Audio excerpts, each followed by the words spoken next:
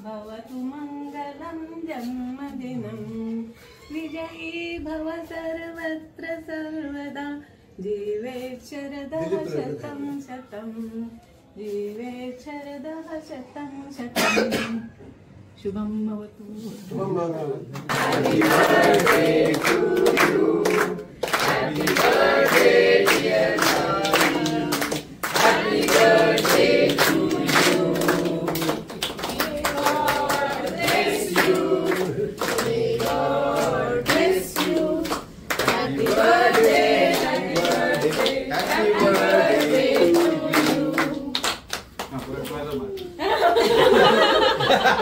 मला लहानपणी भेटतो फोटो आणि हे बाजूला सरक सरक फोटो हे फोटो बरं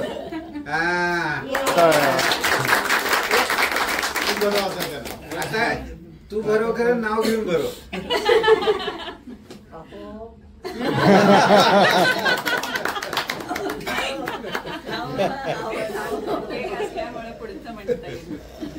आता हा पण केक करून आणलाय तो त्याला ओळखलाच असेल आणि हा केक बरोबरपर्यंत जरा आठवेल पण तिला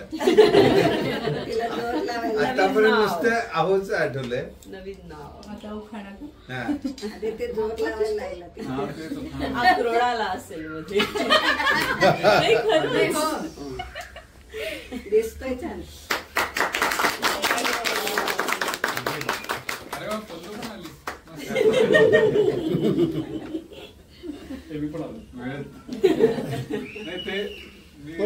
टाकलेलं आहे नाव घेतलं की ते आहे त्यांचे मोठे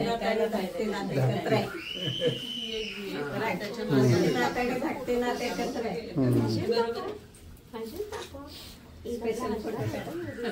वाढदिवसाच्या हार्दिक हार्दिक शुभेच्छा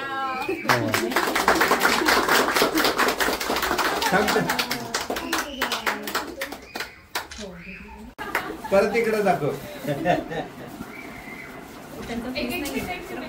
जरा खाली माई तू जरा तिकडे जा तू येतोस नाही तिकडे सरक सरक हा आता बरोबर आलं इकडे बघा माझ्या कॅमेराकडे आता प्रेरणा तुझ्या कॅमेऱ्यात काढलाय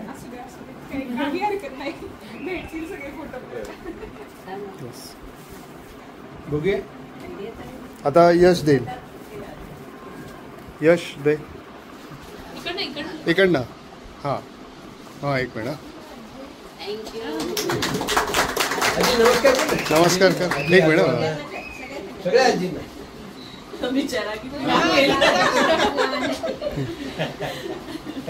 थँक्यू प्रेरणाने हे काय लिहिले ते मी सगळ्यांना सांगतो डेडिकेट टू युअर अनकंडिशनल लव सोबत माझी असणे सारे तुझ्यासाठी तुला पाहता मोहून जाणे सारे तुझ्यासाठी या श्वासांचे अस्तित्व टिकणे सारे तुझ्यासाठी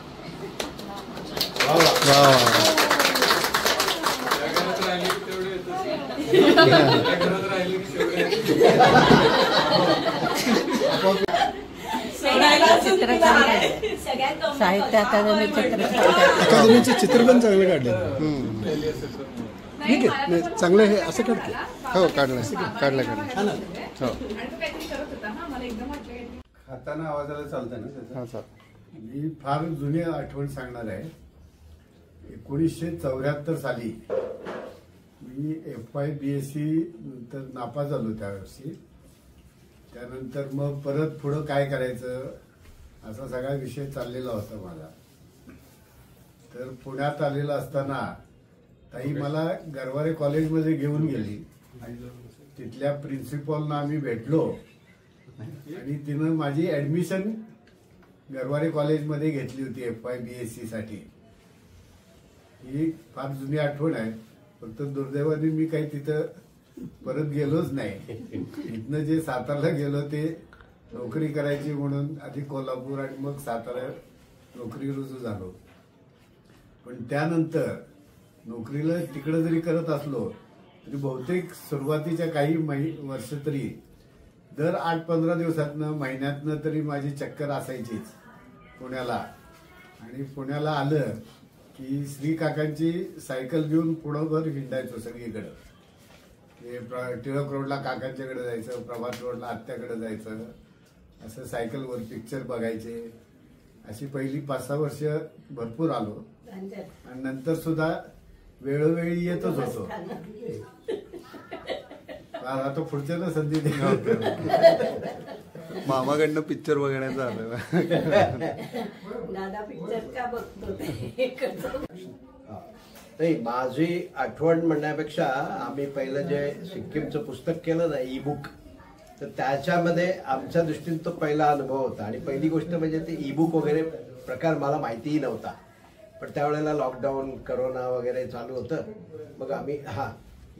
मग आम्ही ते टाईप वगैरे केलं सगळं आणि एक फाईल त्यांना पाठवली. मग त्या म्हणाल्या की हे आपण ई बुक या स्वरूपामध्ये करूया. मग त्याला ते त्या ई बुकवाल्यांना भेटून त्यांना कॉन्टॅक्ट करून आणि मग असं पुढे हे झालं. तेव्हा ती प्रोसेस मला काही माहिती नव्हती, ती त्यांच्यामुळे मला समजली.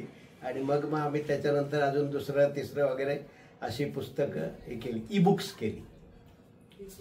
नेक्स्ट. येस. आता तुम्ही सगळीजणी मिळून जे काय करायला लागलेलं आहे तर त्याची सुरुवात मी कोल्हापुरात एकदा केलेली आहे. आमच्या घरामध्ये आमची आजी चांगल्या कविता करायची, वडील पण खूप चांगले कविता करायचे. आणि त्या ह्याच्यामध्ये आता ह्यांच्या ज्या कविता आहेत तर वडील म्हणजे त्या ह्याच्यातले अलंकार, अमुक तमुक असे सगळ्या प्रकारच्या कविता करत होते. पण त्याच्या पुढच्या पिढीमध्ये आम्ही सगळीजण गेलो बीकॉमला.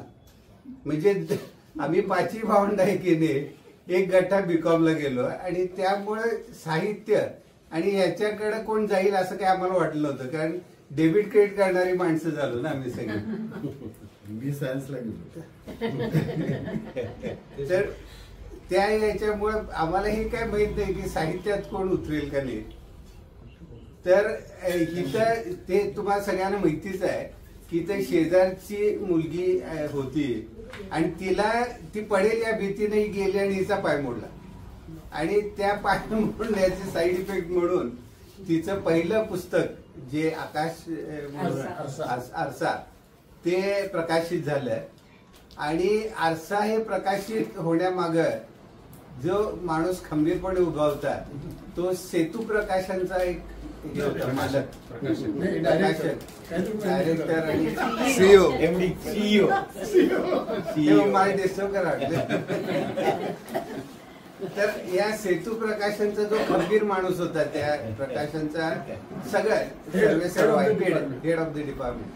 तर ते सेतू प्रकाशनने पहिल्यांदा आरसा प्रकाशित केलं आणि ते इतकं इम्पॅक्ट झाला की घराला नाव पण सेतू दिलं. तर त्या प्रकाशकाचं तर त्याबद्दल खूपच जास्त चर्चा झाली. आणि तुम्हाला मला सांगायला आवडेल की आरसाला त्या पहिल्या पुस्तकाला भरपूर बक्षिसं मिळाली. आणि मला वाटतं महाराष्ट्र शासनाचं नवोदित कवींसाठी असणारं प्राईज सुद्धा तिला मिळालं. आणि मग या सगळ्याचं कौतुक नसतं केलं तर आम्हाला बरं वाटलं नसतं. म्हणून आम्ही कोल्हापूरमध्ये सगळीजण जमलेलो. सगळीजण आम्ही अशी खाली गादीची बैठक केलेली होती. आजोबा होते आणि आम्ही तिथं सगळ्यांचा सत्कार पहिल्यांदा केला. त्याच्यात पराग अक्का आणि दिलीपरावांचा पण सत्कार केला की त्यांनी आमच्या घरात फर्स्ट टाइम कुणीतरी बिझनेस चालू केला. नाहीतर आम्ही सगळे नोकरी पेशातली माणसं, तर बिझनेस चालू केला. तर त्या ह्याच्यामध्ये आरसाबद्दल ताईचं आणि आरसाला कोंदण देणाऱ्या सेतू प्रकाशनचे सर्व श्रीनिवास काकांचं पण आम्ही कौतुक केलं शाल श्रीफळ देऊन. आणि त्यावेळेला सचिन मला वाटतं यश एवढा होता.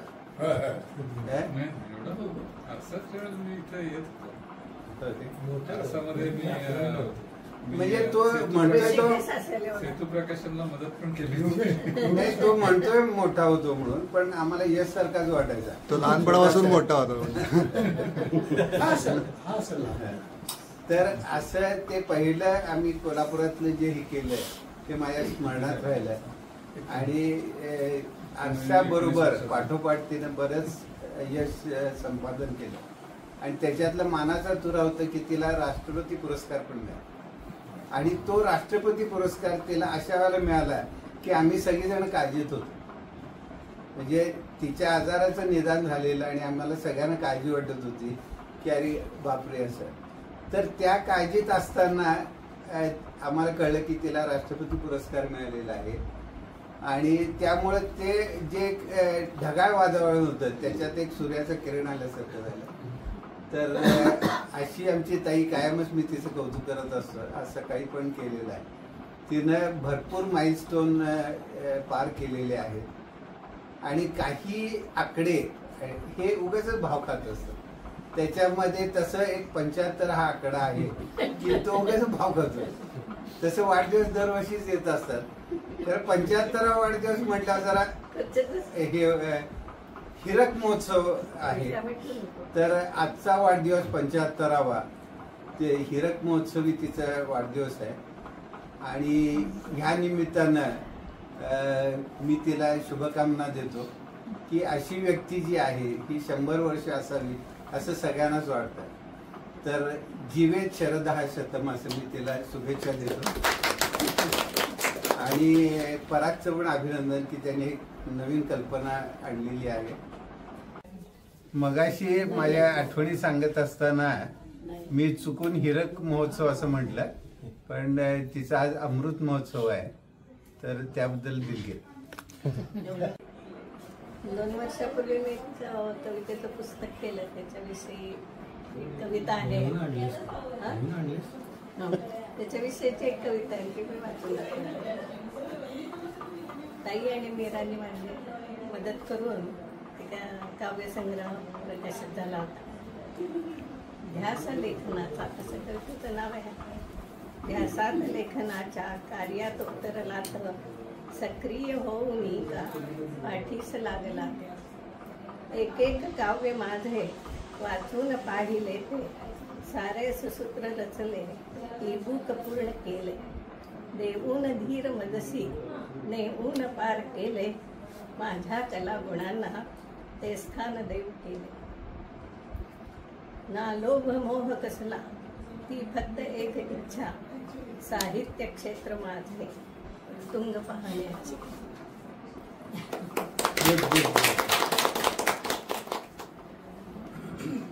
आमच्या बदल्या बऱ्याच झाल्यामुळे आम्ही सारखे फिरत असायचो. पण दरवेळी पुण्यात आमचा मुक्काम असायचा तेव्हा भारतीकडेच आम्ही उतरायचो. विशेषतः तळेगावला असताना शिवाजीनगर स्टँडवर जावं लागायचं किंवा तिथं उतरून तिचं घर त्यावेळेस जवळ होतं त्यामुळं आम्ही तिथं यायचो. एकदा तर रात्री 2 वाजता योगेशला खूपच डिसेंट्रीचा त्रास व्हायला लागला म्हणून आम्ही अपरात्री आलो होतो. तरी आम्ही हक्काने तिच्याकडे आलो आणि मग त्याला कर्वे हॉस्पिटलमध्ये ॲडमिट केलं. कर्वे. त्यामुळे तिचा खूप आधार वाटायचा आणि माहेर असल्यासारखंच होतं आमचं.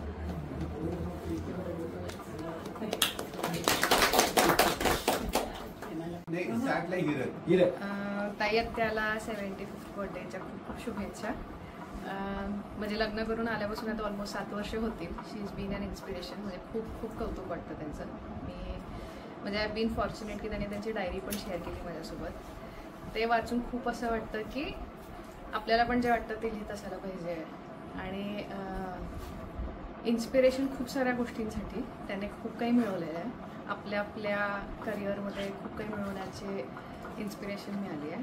आणि इन जनरल आय थिंक त्या जेवढा डेप्थ विचार करतात तेवढ्या डेप्थने विचार करण्यासाठी पण प्रेरणा मिळते. सो त्यांना ऑल द बेस्ट अजून खूप करण्यासाठी. त्याला वाढदिवसाच्या हार्दिक हार्दिक शुभेच्छा. 1990 साली आई बाप्पांची बदली नंदुरबारला झाली आणि मला वाटतं त्याच वर्षी योगेश पुण्याला आला पहिल्यांदा 11वी 12वीला वगैरे. मीच पहिला राहिलो आणि सगळ्या भाचरांची सुरुवात झाली. त्यानंतर आईचं बोट सोडून मावशीचं बोट हातात पकडलं इकडे येऊन पुण्यात आल्यानंतर. म्हणजे लुणावरती सुद्धा मी बसलो होतो आणि ते खाकी रंगाची साडी होती, खाकी रंगाचं ब्लाऊज होतं आणि ते लक्ष्मीनगरच्या घरात होतं ना लुणा त्यावेळेला. पण ते आधी असेल, त्याच्यानंतर इथं मेनली पहिल्यांदा मी आलो होतो आणि 5-6 महिने मला वाटतं होतो मी इथं, जास्तही असेल. मावशीचा हात इकडे धरला आणि मग मावशी आणि काका दोघांचाही ओव्हरऑल आयुष्यावरती बराच मोठा इम्पॅक्ट. कारण त्यावेळेला मावशीलाही बहुतेक भाचरं म्हणून नवीनच पहिले भाचरं आणि असं. त्यामुळे ती त्यावेळेला 40, 42, 45 वगैरे वयाची असेल. आता आदिती वगैरे आहेत तशा ह्याच्यात. आपट्यांच्याकडे तूच मोठा की सगळ्या. आणि योगेश म्हणला तसं इथं मी चंद्रकांत मांढरे नाही पण सूर्यकांत मांढरेंबरोबर इथं आम्ही जेवलो वगैरे आहे. त्याच्यानंतर गोनीदांच्या घरी जायला मिळालं, त्यांची भेटायला किंवा बाबासाहेब पुरंदरे, अमृत पुरंदरे हे सगळे लोक मोठे मोठे. आणि एक तो एक इम्पॅक्ट असतो. म्हणजे बरेचदा असं म्हणतात की त्या व्यक्तिमत्वांचा जो ऑरा असतो सगळा मिळून त्या ह्याच्यात गेल्यानंतर वेगळं फीलच होतं. म्हणजे काहीतरी तुमच्या आयुष्यावरती एक असं हे पडतो. आता मागाशी मामांनी सेतू या नावाचं आठवण सांगितली, म्हणजे त्यांनी ते प्रकाशनाच्या आधी सांगितलं. आणि माझ्या आठवणीत घराला नाव पहिलं सेतू होतं आणि मग ते नाव प्रकाशनात दिलं गेलं. कारण त्यांची दोघांची त्याच्या पाठीमागची कल्पना अशी होती की निरनिराळ्या या साहित्य क्षेत्रातल्या किंवा मोठ्या आणि चांगल्या व्यक्तिमत्वांना सेतू बनवून जोडण्याचं काम हे घर करेल किंवा ते दोघं करतील असं. ती थीम ठेवून त्यांनी ते सेतू नाव दिलं होतं घराला, असे माझ्या आठवणीप्रमाणे. आणि त्या थीमचा सुद्धा माझ्यावरती एवढा इम्पॅक्ट झाला की मग भास्कर मावला किंवा दिलीप मावचं माझं मित्रमंडळ जे सर्कल माहिती आहे ते तयार होण्यापाठीमागे त्या सेतूची थीम आहे सगळी मिळून. म्हणजे त्या दोघांच्या सगळ्या राहण्या वागण्या बोलण्याचा माझ्या आयुष्यावरती तर बऱ्यापैकी मोठा इम्पॅक्ट आहेच आहे, अनडाऊटेडली. म्हणजे त्याच्यात काही शंकाच नाही. आम्ही मजा पण खूप केली. सारी पलटण आली काय डांगे करणं काय आस्ता काय वा वा खूप गमती जमती आहेत. त्या एका बाईट मध्ये काय होणार नाही, त्यामुळे त्या बाईट सगळे संपले की मग आपण ते काढूयात. मावशीला त्यामुळं मावशीला शुभेच्छा दोघांनाही आणि मनापासून नमस्कार.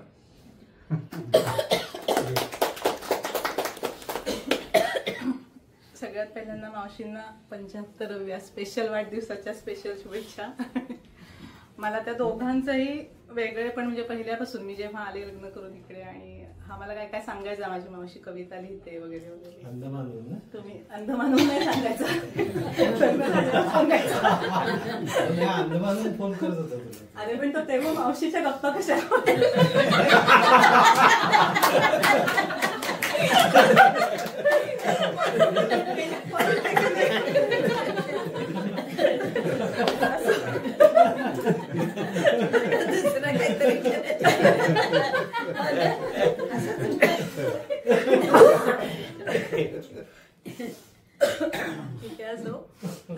तुम्ही व्हॉलंटरी रिटायरमेंट घेऊन नंतर म्हणजे कवितांसाठी किंवा तुमच्या या सगळ्या छंद आणि याच्यासाठी वेळ दिला होता, ते पण मला असं भारी वाटतं. नोकरी असलेली सोडून वगैरे असं काय काय.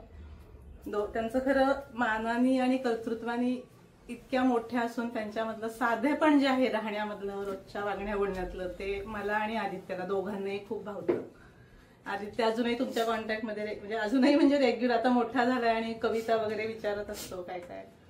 आदित्यला स्कॉलरशिप मिळाली तर त्या दोघांनी छान इथे एक असाच मुलाखतीचा कार्यक्रम केला होता जो मला अनएक्सपेक्टेड आणि पहिलाच होता की त्याला त्यांनी असे खरंच एवढ्या 4थीतल्या मुलाला किंवा 7वीतल्या मुलाला काय मुलाखत घ्यायची प्रश्न विचारायचे, पण त्यांनी अजून कायम आमच्या लक्षात आहे, माझ्याकडे आहे त्याचं रेकॉर्डिंग असं. आणि परवा लेटेस्ट त्यांना मिळालेला एक पुरस्कार आदित्यला दिलाय. तर त्यांच्यामुळे आमच्याकडे गजानंत लक्ष्मी आली. त्यामुळे आठवणी अशा म्हणजे आहेत प्रसंग काय का, पण मला असं खूप नाही शॉर्टलिस्ट करून बोलता येणार. तरी तुम्हाला वाढदिवसाच्या खूप खूप शुभेच्छा.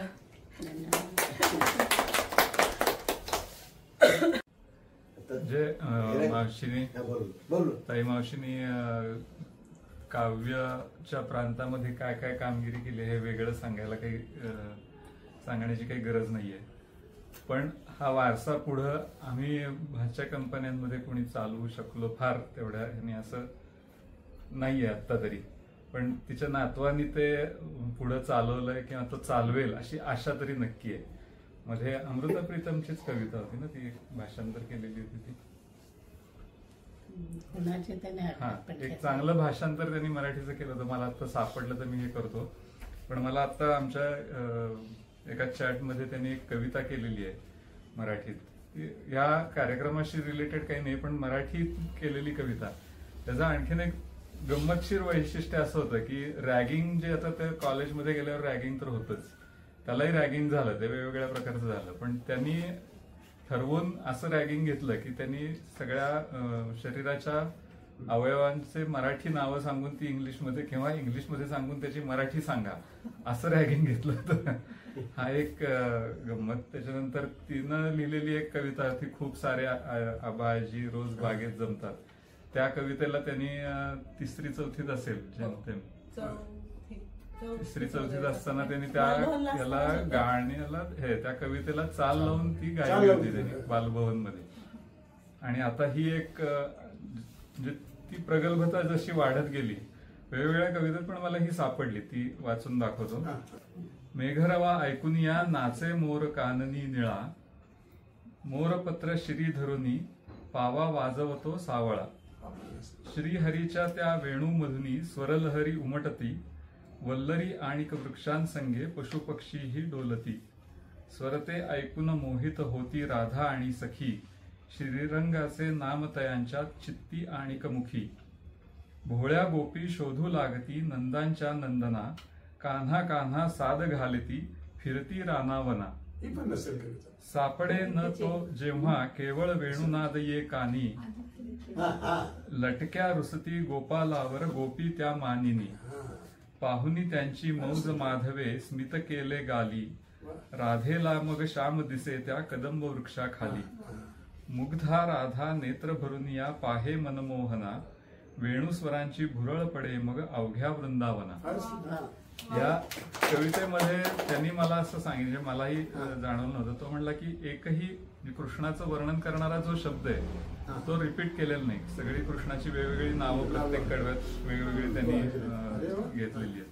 म्हणजे ह्या सगळ्या थोडस त्या कवितेच्या चौकटीत शब्दरचना करणं, म्हणजे त्याला वृत्त अलंकार किंवा ह्याचं त्याला थोडस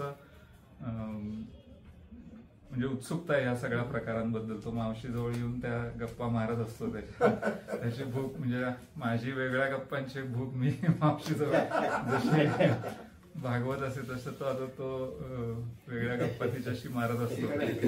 आणि मुख्य म्हणजे मला स्वतःला एक आशादायक हे असं वाटतं की मराठी भाषेच्या संदर्भातलं थोडस आग्रही राहून तो त्याच्यावरती काम करत असतो, त्याच्यावरती त्याच्या मागे असतो, त्याचा अभ्यासही असतो. म्हणजे मला पुस्तकं आवडतात, मी वाचतो आणि मी आणलेली आहेत. पण आदित्यचं वैशिष्ट्य असतं तो ऑलमोस्ट बरोबरीने कवितांची पुस्तकं विकत घरी आणत असतो.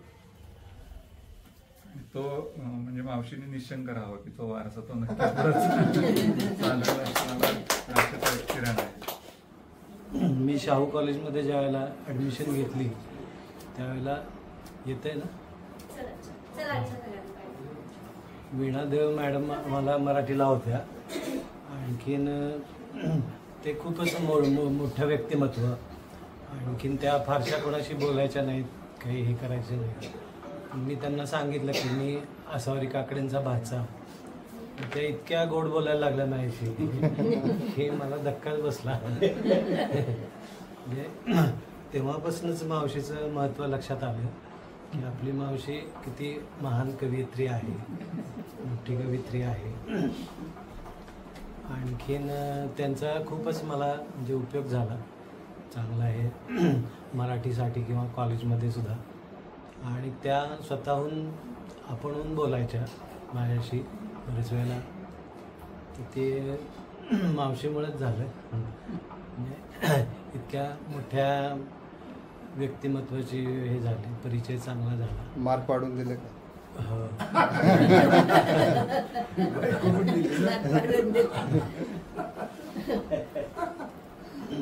आणखीन आरसाच्या वेळेला पण मी इथं होतो, त्यावेळेला पण सगळे मोठे मोठे लोक दिसले.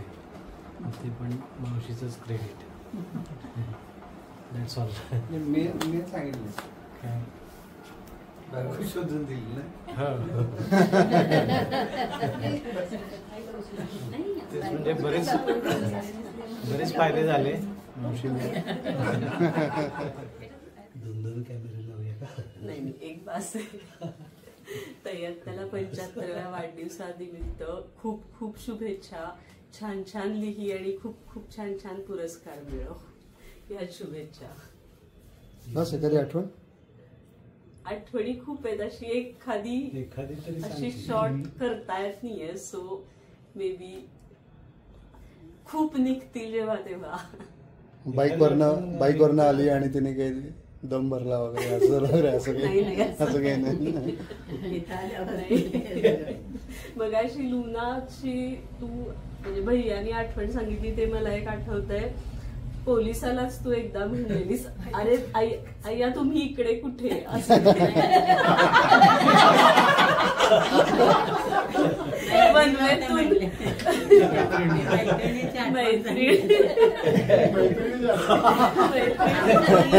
मी आणि ती दोघे चालले बनवेतून. नाही, तिथं पोलिसाचा हे सिग्नल नव्हता, सिग्नल होता आणि तो अचानक तुम्ही ते कधी आला. आदितीची आठवण तिनं सांगितली की माझ्या प्रत्येक वाढदिवसाला न चुकता केक करून आणणारी स्वतः केक बनवलेला.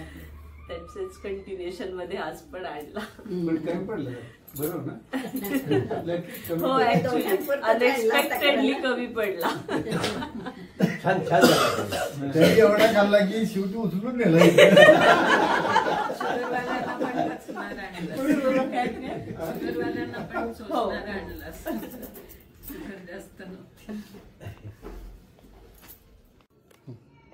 लाडक्या मामींना 75व्या वाढदिवसाच्या खूप खूप शुभेच्छा. आणि कुठून सुरुवात करू समजत नाहीये. कॉलेजमध्ये एक इंटर्नशिप करायची होती कंपल्सरी, आणि विषय वेगळा होता. आणि खरं तर मामांना ह्यासाठी फोन केला होता की हे कॉलेज कुठं आहे, या ठिकाणी इंटर्नशिप करायची आणि राहण्याची सोय वगैरे तिथं कशी आहे काय. पण ह्या दोघांनी इतका आग्रह केला की नाही, तू म्हणजे आपलं घर असताना तू बाहेर राहायचं नाहीस किंवा काय, तुला इथली माहिती नाही काय, कसं मॅनेज करणार वगैरे. तर मी सुरुवातीला सगळ्यात माझी मामींची ओळख मराठीच्या कवितांमध्ये झाली होती. आणि मी त्यांचं नाव ऐकलं होतं, तर मला असं घरी सांगितलं अशी आई ही अशी कविता होती आणि बहुतेक ते आपल्या पाहुणे आहेत असं झालं होतं ते माझ्या डोक्यात लहान असताना. तर त्याच्यानंतर मला ती ओळख झाली की आपल्या घरात असं कोणतरी खास आहे की ज्यांच्या कविता आपण शाळेत शिकतोय. म्हणजे इथून झालेली सुरुवात. त्याच्यानंतर त्यांची आणि माझी पहिली ओळख ऋतुचक्र पुस्तकात झाली. मी त्यांचं ते पुस्तक मला फार आवडायचं, तर मी वारंवार वाचायचे. त्याच्यानंतर इकडे येण्याच्या आधी मी बऱ्याच गोष्टी ऐकल्या होत्या की स्ट्रिक्ट आहेत किंवा इकडे तिकडे अजिबात आवडत नाही, सगळ्या गोष्टी विचारून करायच्या, नीट राहायचं, आगाऊपणा करायचं नाही असं. तर म्हणजे आले त्यावेळेस एक आदरयुक्त दरारा होता की कसं आपण मॅनेज करणार आहे, आपल्या कोणत्या गोष्टी आवडतील का नाही, आपल्याला असं पसरून बोलायची सवय एकदम, तर कसं मॅनेज होईल असं जरा डोक्यात चालू होतं. पण इथे आलेल्या दिवसापासून मला एक क्षण पण असं जाणवलं नाही की माझ्या घरापासून दूर आहे. आणि तुमच्या सगळ्यांची ओळख मला त्या दोघां थ्रू खूप छान झाली. म्हणजे मी तुम्हाला सगळ्यांना पर्सनली कधीच भेटले नव्हते, पण तुमच्या सगळ्यांबद्दलच्या आठवणी, तुमचे स्वभाव, तुमच्या आवडीनिवडी, मलाच कधी कधी वाटायचं की इतकी परफेक्ट कधी फॅमिली असू शकते का जगात. कारण प्रत्येकाच्या समजून घेण्याच्या पद्धती, प्रत्येकाच्या आवडीनिवडी, मग एकेकाच्या ओळखी होत गेल्या. मी आणि मामा ह्या आपल्या दिलीप काका आणि प्रतिभा मामींच्या कार्यक्रमाला गेलो. तिथे बऱ्यापैकी पल्लवी दीदी तुम्ही भेटलात सगळेजण. मग एकेकांच्या अशा इंट्रोडक्शन होत गेल्या छान छान छान छान. आणि असं वाटलं की आपण मामा मामींच्या तोंडून ज्या व्यक्तींबद्दल ऐकलंय त्या ऐकण्यापेक्षा पण अनुभवायला खूप छान आहेत सगळेजण. आणि मग असं स्टेप बाय स्टेप गोष्टी होत गेल्या, छान छान होत गेल्या. त्यानंतर माई आल्या, मग आदित्यची त्या निमित्तानं झालं.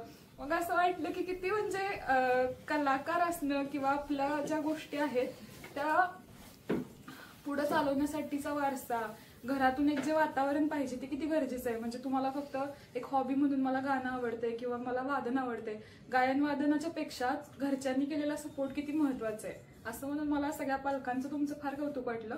आणि मग प्रत्येक वेळेस घरी पण विषय, मामींकडे असं झालं तसं झालं, हे असं आहे ते तसं आहे, माझ्याकडे भरभरून बोलायला इतके विषय असायचे. आणि मला खूप फरक जाणवला. मी ज्या वातावरणात वाढले ना तिथे एक प्रकारचं गॉसिपिंग, मारपीट, नवरा बायकोंमधली भांडणं ह्याच्या व्यतिरिक्त विषय नसायचे. म्हणजे ते तसंच होतं.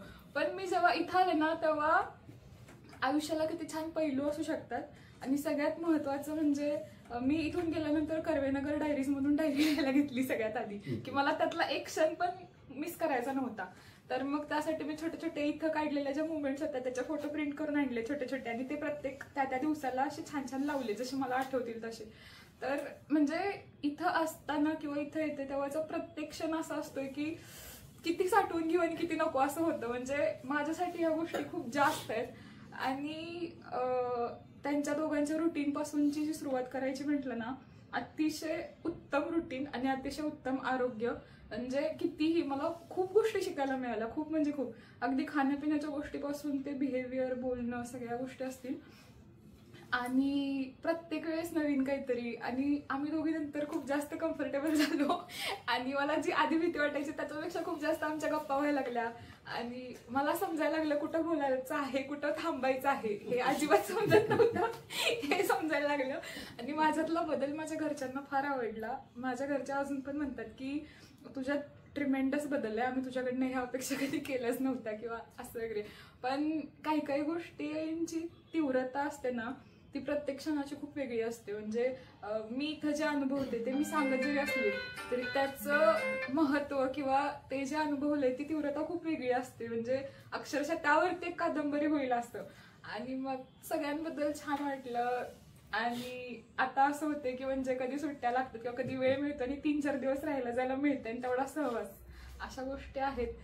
आणि बाकी मग अशी दिलीप मामा म्हटले तसं आणि भास्कर मामा म्हटले तसं की हा एक आकडा फक्त आहे.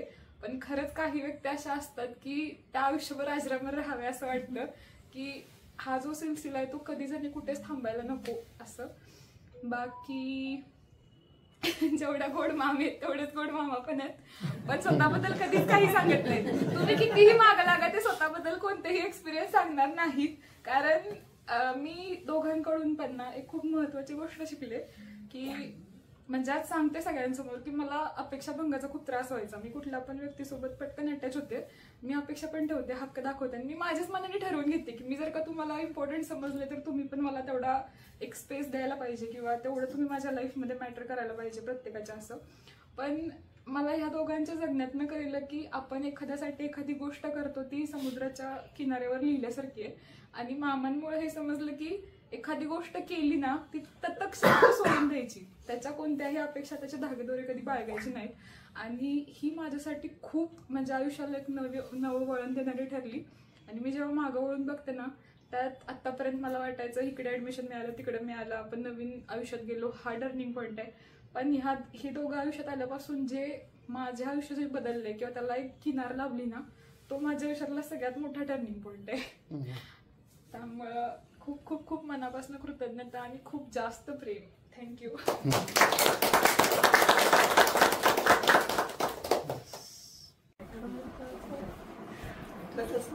हो ना. मला तर हेच आठवतं कॅनेडिंग वरती मावशीच्या हाताला पोटाला हात पुरायचा पुरायचा. बाबांच्या मागे बसलं ना की हातच पुरायचा नाही, मावशीच्या मागे बसलं की हात पुरायचा.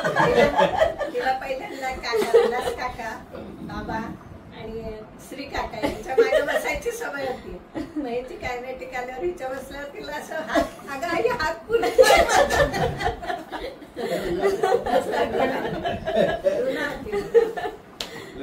हा लुना होती कायनेटिक. आता ही आठवण कुठे सांगू ना.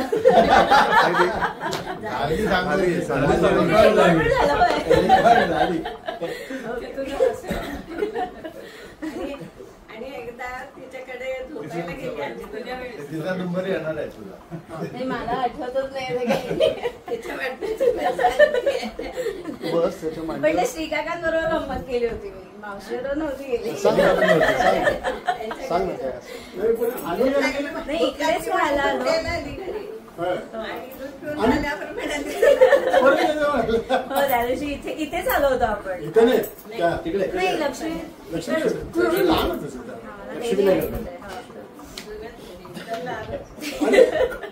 काका तिकडे आले आणि मग आल्यावर घरी परत म्हणलं की आता मला घरी जायचं.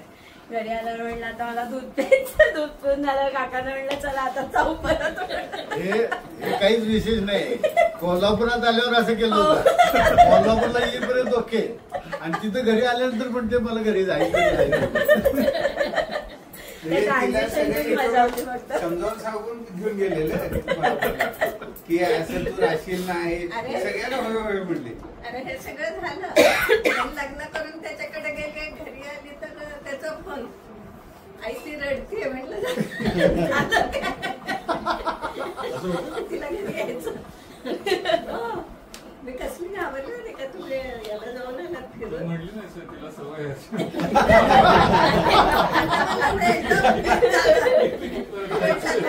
तो काय म्हणला मी काय मास्तर बघितलेले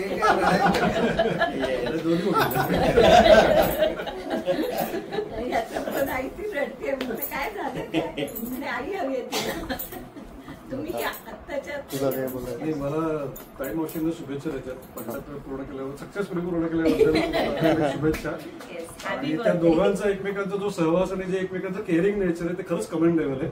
आणि काकांचं स्पोर्ट्ससाठीचं मला तुमचं खरंच कौतुक वाटतं की ह्या वयात तुम्ही स्पोर्ट्स कंटिन्यू केलंय तर ते क्वाईट इन्स्पिरेशनल आहे. आणि ऍट द सेम टाइम मला आज कळलं की ह्या दोघांची ओळख कुठे झाली. पुस्तक प्रदर्शन म्हणता म्हणता तुम्ही त्यांची कादंबरी पडल्याचं मला आजच कळलं.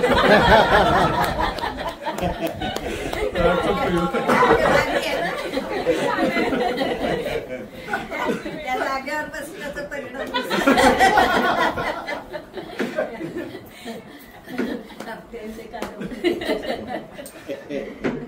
थँक्यू. पहिल्यांदा मावशीला 75व्या वाढदिवसानिमित्त खूप खूप शुभेच्छा. मावशी म्हटलं की एक जिव्हाळ्याचा शब्द असतो प्रत्येक माणसाचा असतो. मामा आणि मावशी असे दोन्ही शब्द जवळचे असतात. आम्ही पर्वतीच्या घरी राहायचो तेव्हा लक्ष्मीनगरला मामा काका आणि मावशी राहायचे. आणि बरेचदा आमचं म्हणजे घरून चक्कर असायची की लक्ष्मीनगरला ते जायचे. आणि मला तेव्हाची एक आठवण आठवतीये की काका घरी यायचे. तुमची कुठली TVS का कुठली अशी स्कूटर होती. आणि मग मी बरेचदा हट्ट करायचो की मी आज मावशीकडे राहायला जातोय वगैरे असं. आणि मग राहायला जायचो. राहायला आल्यानंतर रात्री मी बरेचदा म्हणजे मी आज सकाळी पल्लूशी बोलत होतो तर पल्लू म्हणाली मला मी एवढं गेलेली आठवत नाहीये कमी असायची पण मला खूप अशा खूपदा राहिलेल्या आठवतोय. समोरचे ते गोखले आजोबा शेजारी पेटी शिकलो मी. त्याच्यानंतर पुस्तकं म्हणजे मावशीची कपाटं भरलेली जी असतात पुस्तकं. मला पुस्तकं वाचायला कधी नाही आवडली पण आपली पुस्तकं असावी असं नेहमी वाटत होतं. आणि तेच पुढे कदाचित माझी भरपूर पुस्तकं आणि ते योग आला असं हे आलं. साहित्याची गोडी लागली ही माझ्या मते मावशी आणि काकांमुळे हे झालं. तर ती लहानपणीची लक्ष्मीनगर मधली आठवण अशी सांगायची होती की मग जायचो तिथे झोपायचो.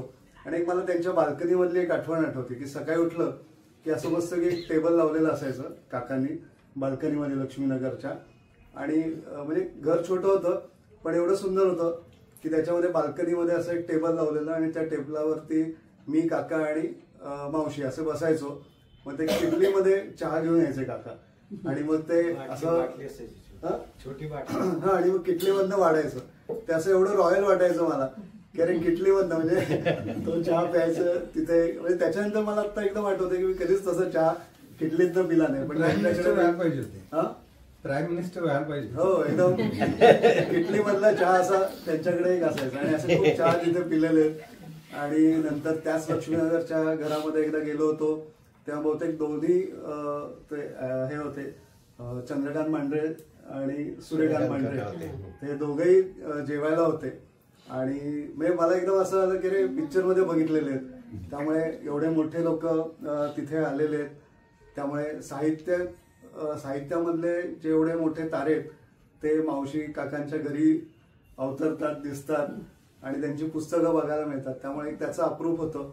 आणि मला नक्कीच असं हे वाटतं की माझ्यामध्ये म्हणजे कवितामध्ये पुढे काही केल्या, कॉलेजमध्ये कविता केल्या किंवा साहित्यातल्या लोकांशी भेटीगाठी झाल्या, किंवा तो कॉन्फिडन्स आला तो मावशी आणि काकांमुळे झाला. आणि मध्ये कुठेतरी असंच भेटलो होतो, तेव्हा कधीतरी कोणाशी तरी बोलताना संदर्भ आला तर असं व्हायचं, अच्छा असावरी काकड्यांचा तू भातचा का वगैरे, मध्ये असं एकदम त्यांना असं मोठं असायचं, त्यामुळे ती ट्रीटमेंट पण छान मिळायची. मला एक असं आठवतं की आपण आता पुस्तकं, आणि मला अशी खूप असा एक छंद होता की पुस्तक कोणाचं आहे, कोण लिहिलं आणि तो लेखक कुठून, असे ती PR ऍक्टिव्हिटी म्हणून माझ्या डोक्यात ते नेहमी लहानपणापासून किंवा कॉलेजपासून असायचं. तर मला एकदा जालन्यामध्ये एक ऑर्डर सप्लाय करायला गेलो होतो, तेव्हा तिथे आधी म्हणजे एका साहित्य संमेलनामध्ये हे सांगायला आवडेल की म्हणजे नुसतंच पुस्तकं वाचायची किंवा म्हणजे वाचली नाहीत, पण पुस्तकांची आठवण हे करताना मी ज्या कविता लिहिल्या त्या SP कॉलेजला असताना 3 वेळेला कॉलेजकडनं माझं सिलेक्शन झालं होतं, जे आंतरमहाविद्यालयीन कविता वाचन असतं, तेव्हा SP कॉलेजकडनं माझं सिलेक्शन झालं होतं. त्याच्यामध्ये सुद्धा मावशीचा वाटा होता. आणि म्हणजे मी कुठली कविता आली, म्हणजे आईला पण आठवत असेल, रात्री मी कविता करायचो आणि सकाळी झाली की मावशीला वाचून दाखवायचो फोन करून, आठवते तुला की वाचून ही कविता कशी आली, मग मावशी त्यातल्या हे सांगा, हे इथं जरा असं असायला हवं होतं तसं, अशी एक कवितांची डायरी झालेली होती. आणि जालन्यामधलं ते सांगत होतो मी, कवी संमेलनं खूप अटेंड केली. म्हणजे ते टिपिकल एक मोठं असं व्यासपीठ असायचं, त्याच्यात 40-50 कवी असे बसायचे, गाद्या घातलेल्या असायच्या, जर तुम्ही बघितलं असेल तर. आणि मग एक कवीने येऊन कविता वाचायची. तो अनुभव मला 3 वर्ष सलग आंतरमहाविद्यालयीन याच्यात मिळाला.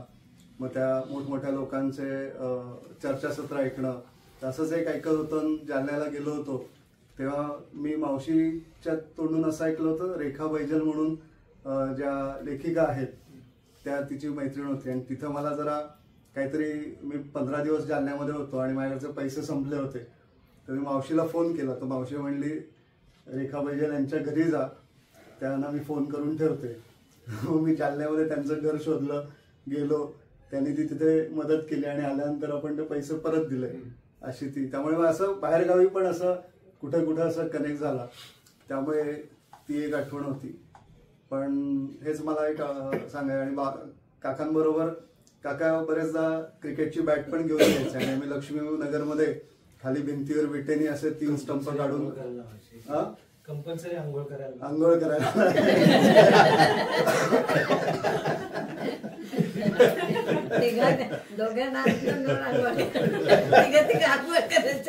आणि मी योगेश आणि काका असं 3 जण आंघोळ करायचो.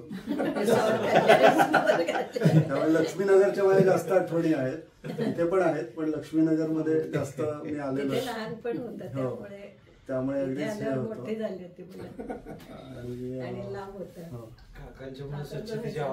हा. आणि आई तुझे म्हणते ना की तू सगळं भांडं पुसून घेतो, किंवा ते ताई मावशीकडनं आले पुसून घेतो, ते मला ती सवय तिकडनं आली. आणि बेडशीट सुद्धा अगदी टोकन टोक असं अगदी त्यामुळे. आणि मला इकडं यायला नेहमी आवडायचं. मावशी काकांकडे आलं की फक्त त्यांचं एवढं असायचं, मला कधी कधी गप्पा मारायचा मूड असायचा, पण ते लवकर झोपायचे एवढं असायचं. आणि काकांशी पण मी पॉलिटिक्स वरती गप्पा मारायच्या, मावशीच्या वेगळ्या गप्पा असायच्या, काकांच्या वेगळ्या असायच्या, असं 2 वेगवेगळे विषय चालायचे. त्यामुळे ते खूप एन्जॉय केलं. मावशी तुला पुन्हा एकदा खूप खूप शुभेच्छा आणि काका तुम्हालाही शुभेच्छा. थँक्यू.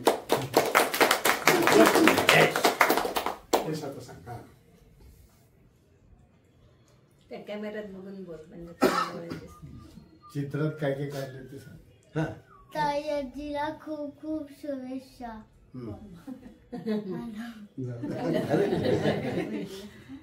मी ताई आजीसाठी ग्रीटिंग कार्ड केलंय.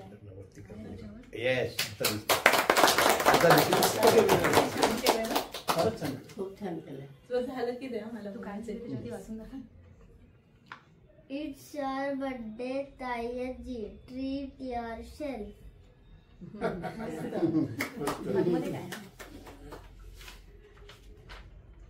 Wish you very very happy birthday Yash and Janvi ताई. Good good. Very nice. नमस्कार. मी ताई मावशीला आज 75व्या वाढदिवसानिमित्त खूप खूप शुभेच्छा देते. आसावरी काकडे हे नाव माझ्या कानावरती 2020ला एप्रिल 2020ला पडलं. मला ई बुक म्हणून PDF असं परागकडनं आलं होतं मोबाईलवरती, ज्याच्यामध्ये बऱ्याच कविता लिहिलेल्या होत्या.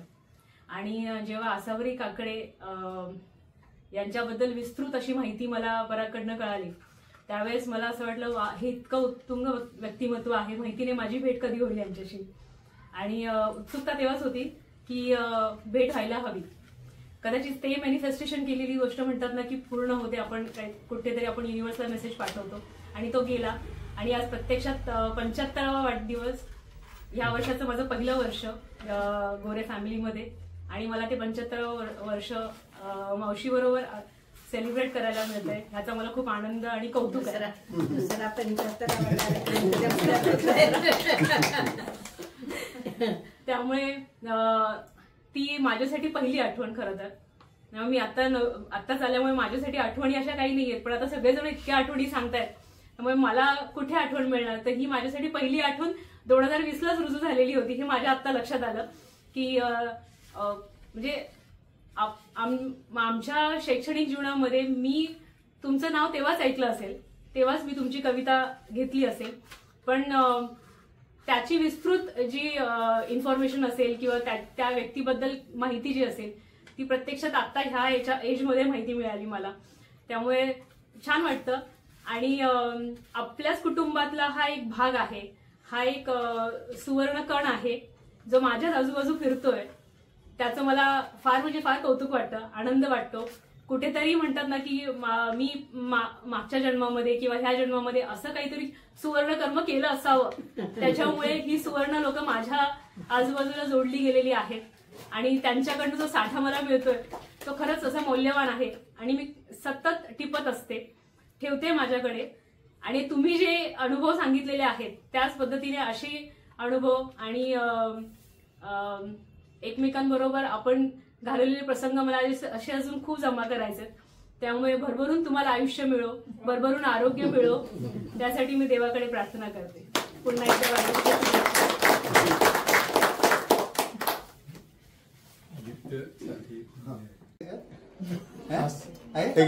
एक मिनिट. आसावरीच्या वाढदिवसाच्या निमित्तानं आपण सगळ्यांनी इतका मोठा ग्रँड काही फंक्शन म्हणायचा कार्यक्रम तुम्ही सगळ्यांनी आयोजित केलाय. म्हणजे हे अजिबात आम्हाला म्हणजे सकाळी आम्हाला काही माहीत सुद्धा नव्हतं. ते अचानक हा पराग आला सकाळी, हे लावलं. मग म्हटलं बहुतेक या लोकांचं काहीतरी दिसते, ठरलेलं दिसतंय, या लोकांनी काहीतरी केलेलं दिसतंय. आणि संध्याकाळी इतका छान ग्रँड समारंभ केलेला आहे, हे बघून अंतःकरण एवढं भरून आलेलं आहे की बोलताच येणं अशक्य. इंग्लिशमध्ये काहीतरी म्हणतात ना, when heart is full tongue refuse to speak, तसं माझी अवस्था झाली. त्यामुळं मी तुमचे सगळ्यांचे मनपूर्वक आभार मानतो, धन्यवाद देतो. थँक्यू. हे म्हणजे कसं 75चा भोजा गाठण्याचा मी विक्रम केलाय असं मला वाटतं कधी कधी. कारण इथपर्यंत मी कधी येईन असं वाटलं नव्हतं. पण आत्ता कार्यक्रम जो सगळ्यांनी तुम्ही आयोजित केला आणि मला सरप्राईज केलं ते माझ्या कायम स्मरणात राहील. सचिन पासून यश पर्यंत सगळ्यांनी या आयोजनात सहभाग घेतला आणि त्याच्या श्री काका म्हणले तसंच माझंही झालं की वर्ड रिफ्यूज टू स्पीक तसं झालंय. पण जेव्हा सगळ्यांनी आपल्या आपल्या आठवणी सांगितल्या आणि मला उत्तर द्यायचंय असं होतं तेव्हा मी मनातल्या मनात असं ठरवत होते की आपणही प्रत्येक पात्राबद्दल एक एक आठवण सांगावी. बरेचदा वेळोवेळी सांगितल्या गेलेल्या आहेत आठवणी त्या. पण सचिनपासनं सुरुवात करायची झाली तर ही आठवण बहुतेक सांगितली गेली नसेल. पण सचिन जे म्हणाला की मावशीचं बोट धरून मी चालायला लागलो तर तेव्हा खरोखरच माझं बोट धरून आम्ही शिवाजीनगरला राहत होतो आणि संभाजी पार्कवरून आम्ही चालत चालत घरी चाललो होतो आणि मी म्हणजे मी हाताला धरून चालले होते. तर तो काहीतरी मला म्हणला की मला भेळ खायची का पाणीपुरी खायची किंवा काहीतरी त्याने मागितलं आणि मी घरी जायचं ह्याच्यामध्ये मी म्हणलं की आता राहू आता काही नको म्हणून आणि मी त्याला घेऊन घरी चालले. तर त्याने काही हट्ट केला नाही. पण थोड्या वेळाने माझ्या असं लक्षात आलं की तो रडायला लागलाय. मी बघितलं तर तो रडतोय. मी म्हटलं अजून एकदा म्हणायचं नाही का मी तिला आता घरी जायचं तर काही नको म्हणून मी काही हे केलं नाही. तर मला म्हणजे पण म्हणजे ती आठवण माझ्या अगदी लक्षात राहिलेली आहे की आपण एक छोटी गोष्ट नाही केली पण असं अगदी त्याला किती तीव्रतेने हवं हे कसं कळणार मला त्याने परत म्हटल्याशिवाय. ती म्हणजे असे कधी न सांगितलेली ती आठवण असते छोट्या. आणि योगेशची आठवण म्हणजे आम्ही ती खूपदा सांगितलेली आहे की तो आमच्याकडे राहिला होता आणि मी माझ्याविषयीचं एक मत सगळ्यांमध्ये असं पसरवून ठेवलेलं आहे की मला स्वयंपाकातलं काही येत नाही, मला काही आवडत नाही, मी काही करत नाही. त्यामुळे माझ्याविषयी कोणी अपेक्षा करत नाही. आणखीन त्यातल्या त्यात मी काय केलं तर अरे वा येते की चांगलं असं मत होतं. त्यामुळे तर योगेशलाही असं माहीत झालं होतं की मावशीला काही येत नाही म्हणून. तर एकदा मी काहीतरी चटणी वगैरे केली होती तर ती छान लागली त्याला. तर म्हणला की मला म्हणलं की मावशी चटणी छान झाली करत जा तुला येते. त्याच्या आठवण लक्षात आहे. आणि पराग आता आठवणी सांगितल्या की लक्ष्मीनगरला तो बरेचदा आला होता. तर एकदा लहान असताना आला होता आणि मला म्हणला की मला भूक लागली काहीतरी खायला दे. तर मी म्हणलं की खरंच भूक लागली का काहीतरी वेळ जात नाही म्हणून म्हणतोय असं. तर म्हणला नाही खरंच भूक लागली. मग मी त्याला काय घरात असेल ते दिलं. मग त्याला काहीतरी एक वही दिली आणि काहीतरी तो लिहायला सांगितलं. तर त्याने काहीतरी कविता लिहिली का सांगितली तोंडी सांगितली आणि मी म्हणलं की छान आहे कविता ही मला लिहून दे म्हणून. तर मला म्हणला की तुला खरंच आवडले म्हणून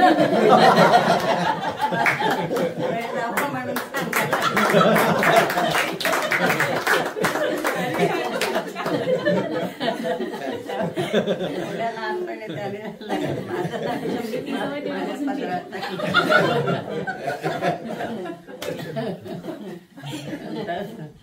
पल्लूची एक आठवण म्हणजे पल्लू अगदी लहान होती आणि म्हणजे कड्यावर उचलून घेण्या इतकी छोटी होती आणि हिचं काहीतरी हात दुखत होते काहीतरी होत होतं म्हणून ही योगासनाच्या क्लासला ती जाणार होती. तर मला म्हणजे की तू बँकेतनं आल्यावर हिला थोडा वेळ सांभाळशील का? तर मला ते जरा अवघडच वाटत होतं, पण नाही कसं म्हणायचं म्हणून मी बरं म्हणलं आणि मी गेले. मग ही माझ्याजवळ तिला ठेवून क्लासला गेले आणि तिने केली की रडायला सुरुवात आणि मग इतकी ती रडायला लागली मला कुठलं जमलं रडायला लागली. मला मिळाली. त्या शेजारच्या नामजोशी काकू आल्या, त्या समजायला लागल्या, तर ती काय ऐकेना.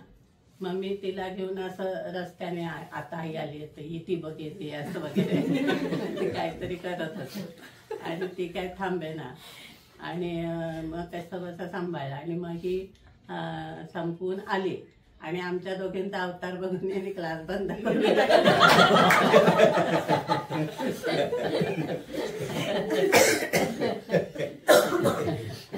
नंतर पल्लू, नंतर आदिती ना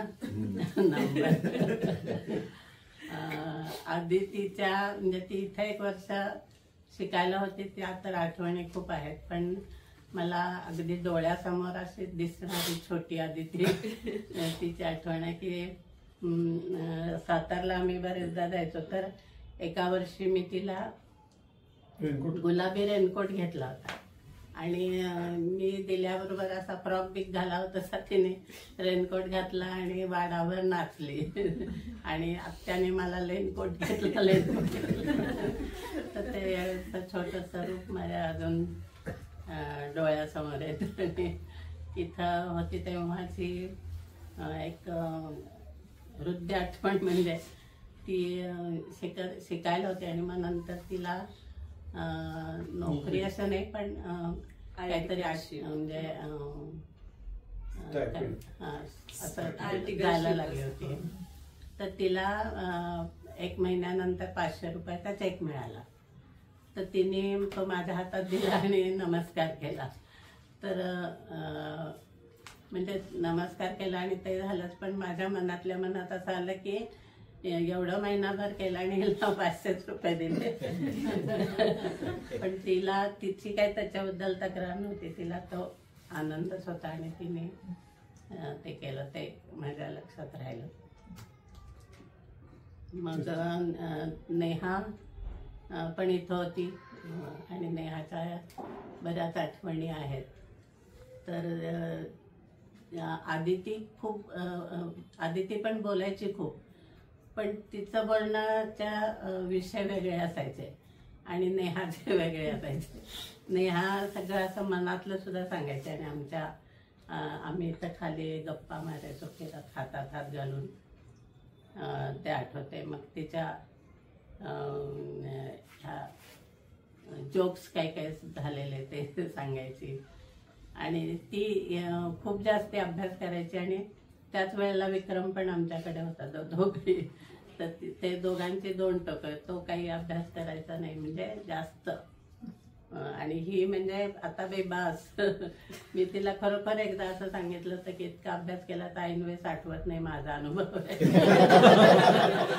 इतकं वाचलं की म्हणजे आठवलं नाही म्हणण्यापेक्षा मला कंटाळाच आला ते लिहायचा पेपरमध्ये. आणि विक्रम आणि ती दोघांच्या अशा, हिला गार चहा लागायचा, खूप वेळ थोडं थोडं प्यायचे आणि हा बशीत होता पटकन पिऊन मोकळा व्हायचा.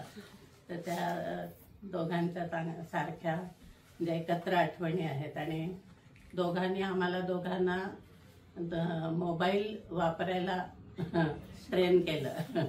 म्हणजे मोबाईलच्या वापराची सवय लावली म्हणा किंवा तो कसा वापरायचा ते साक्षर केलं, मोबाईल साक्षर केलं. आणि ऋषिकेशचा आणि आमचा फार काही असा हे संबंध म्हणजे राहण्याच्या ह्याने असा आला नाही, पण त्याची एक आठवण अशी आहे की त्याला काहीतरी वाढदिवसाला त्या कशाला तरी सायकल घेतली होती आणि त्याने ती आधीच चालवायला लागलं आणि काय तरी म्हणला काय राहवते होय तोपर्यंत राहवते. अशा काही काही गोड आठवणी आहेत.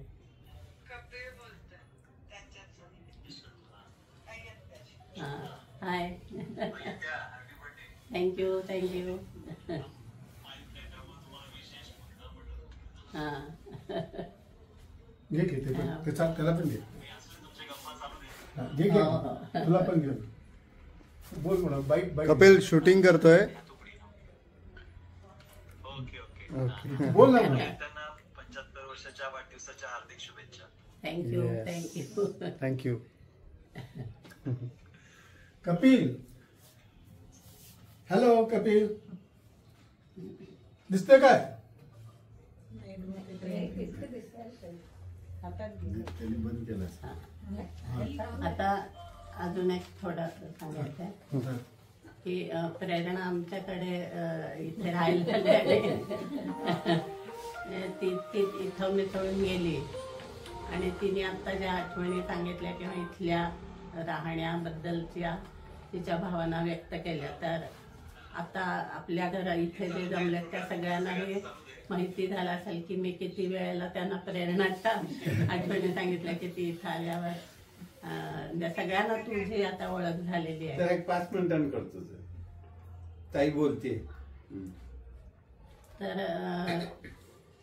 प्रेरणा ही हिच्यामध्ये मला एक अशा वेगवेगळ्या क्वालिटीज इतक्या लक्षात आल्या की अशा म्हणजे या वयाच्या मुली अशा एखाद्या गोष्टीमध्ये त्यांचं हे असतं म्हणजे आता एखादीला स्वयंपाकाची आवड असेल किंवा एखाद्या अभ्यासात हुशार असेल तर ही मुलगी स्वयंपाकात हुशार आहे. म्हणजे तिला नुसती हुशार असं नाही, तिला आवडच आहे. इथं आल्यावरती आम्हाला इतके ते वेगवेगळे पदार्थ करून खायला घालते. अभ्यासात हुशार आहे, बोलायला हुशार आहे. म्हणजे असे आता लक्षात आलंच असेल पण एका फंक्शनला तिला आम्ही घेऊन गेलो होतो तर तिथं त्या संयोजक त्यांना भेटून सांगितलं की मला मामीबद्दल बोलायचंय आणि तिथं स्टेजवर येऊन बोलली एवढ्या मोठ्या फंक्शनमध्ये. आणि ती हे सगळं टेम्पो कार बीर सगळं चालवते. तर इथं ती याला आली होती ना ट्रेनिंगसाठी आली होती आणि बॉस बरोबर त्या कुठल्या तरी एका ह्याच्या तिथलं काम बघायला चालले होते. तर त्यांचे काहीतरी पाय दुखायला लागले आणि त्यांना गाडी चालवायला येईना. तर मागे बसलेल्यापैकी कुणीच तयार होईना गाडी चालवायला. तर हिनं अख्खी गाडी चालवली. म्हणजे तिथपर्यंत गेली नाही आणि ती गाडी नवीन रस्ता नवीन जाण्याचा पण ते सगळं तिने केलं. तर ती तिची म्हणजे सगळ्यांशी बोलते, सगळ्यांना हे करते आणि त्या विषयामध्ये तिची हुशारी केअरिंग आहे.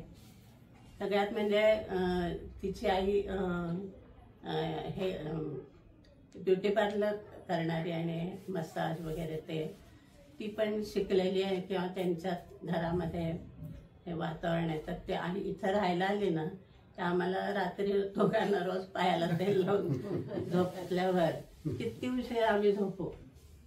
ती आत येऊन आमच्या पायाला तेल लावून देते. म्हणजे एक सेवा करण्याची वृत्ती ही अशी आतून यायला लागते. ती काय कोणी सांगून करण्यासारखं नाही. तर अशा वेगवेगळ्या क्वालिटीज आणि कविता लिहिते. तिला साहित्याची आवड आहे, समज आहे. मुख्य म्हणजे मी माझ्याशी गप्पा होऊ शकतात तिच्या कारण आणि तिचा विषय ऍग्रिकल्चर MSc ऍग्रिकल्चर करते. लास्ट इयर ना तर विषय तो असून तिला त्याची आवड आहे. त्या लिहिलंय त्याच्यावर आणि फोटो वगैरे पण छान काढते. आजचं तिचं हे पण स्टेटस पण छान आहे, खूप छान. तू पाठवलं नाहीस तो व्हिडिओ? ग्रुपला टाकलाय मामींना, शेअर करते. तर तिला जसं इथं आल्यावर छान वाटतं तसं आम्हालाही ती इथं आल्यावर छान वाटतं. आणि आजच्या सगळ्या ह्या गेट टुगेदरमध्ये आणि आम्ही दोघांनी असं काही 75 म्हणून काही ठरवलेलं नव्हतं. म्हणजे असं काही कल्पनाही केल्या नव्हत्या की तेव्हा असं कधी मनातही आलं नाही की 75 आहे तर काही करावं असं. पण सगळ्या भाचे कंपनीने मिळून आमचा एवढा कौतुक सोहळा केला. आणि ही म्हणाली ते बरोबर आहे. मी सुद्धा बरेच असं म्हणते की तुम्हाला सगळ्यांना 2-2 मुलं आहेत पण मला 8 भाचरं आणि ती सगळी म्हणजे त्यांना जसं आमच्याकडे येऊन बरं वाटतं तसं त्या सगळ्यांनी आमच्याकडे राहून आणि येऊन आम्हालाही आनंद दिलेला आहे. आजच्या कार्यक्रमाबद्दल सगळ्यांना धन्यवाद.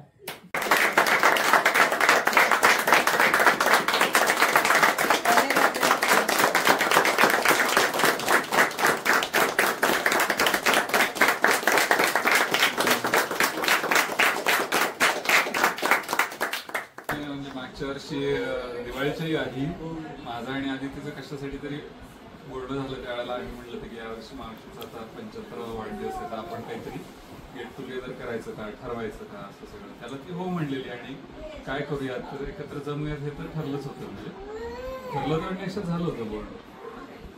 पण नंतर ती 10वीत अडकली होते आणि मी माझ्या कामांमध्ये अडकलो. तो विषय मागे पडला. आता आठवड्यावर जेमतेम आठवड्यावर ते मी तिला परत मेसेज केला की अगं काय भेटायचं होतं ना. ती म्हणजे हो चालेल की भेटूया. ती तयारच असते. म्हटलं मग सगळेजण मिळून भेटूया. मग ते फार 2-4 वर्षापूर्वी तिनं राखी पौर्णिमा म्हणून एक ग्रुप केलेला. त्याच्यात आम्ही सगळ्या भाचे कंपनीचा ग्रुप होता. पण तो पूर्ण असा पडून होता तो ग्रुप. तर काय त्याच्यावर काहीच हालचाल काही नाही.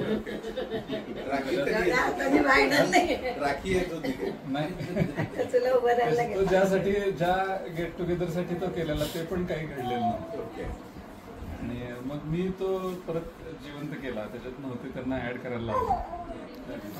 आणि मग ही कल्पना मांडल्यावर सगळेजण फटाफट हो म्हणले. आम्ही तुला गेलो तर अनिलचं पण काहीतरी अडचण होती. असं काय काय कुणाकुणाचे हे आले किंवा वेगळे आहे. कामाचा दिवस आहे. ऋषा पण म्हणला की मला शनिवार जास्त बरं पडेल.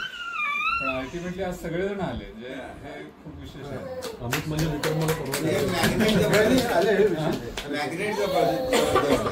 मावशीकडे सगळेच जण राहिलेले असल्यामुळे काही ना काही कारण मावशीसाठी सगळ्यात उत्साही त्याच्यात काय असतं आमचे 2-2 होते तिचे 8 मागे मला बहुतेक काकांनी पुरस्कार मिळाला तेव्हा तुम्ही सगळ्यांनी मिळून मला पार्टी केली होती.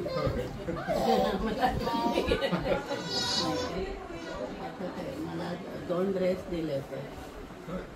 मी नसेल तोच आहे त्यातला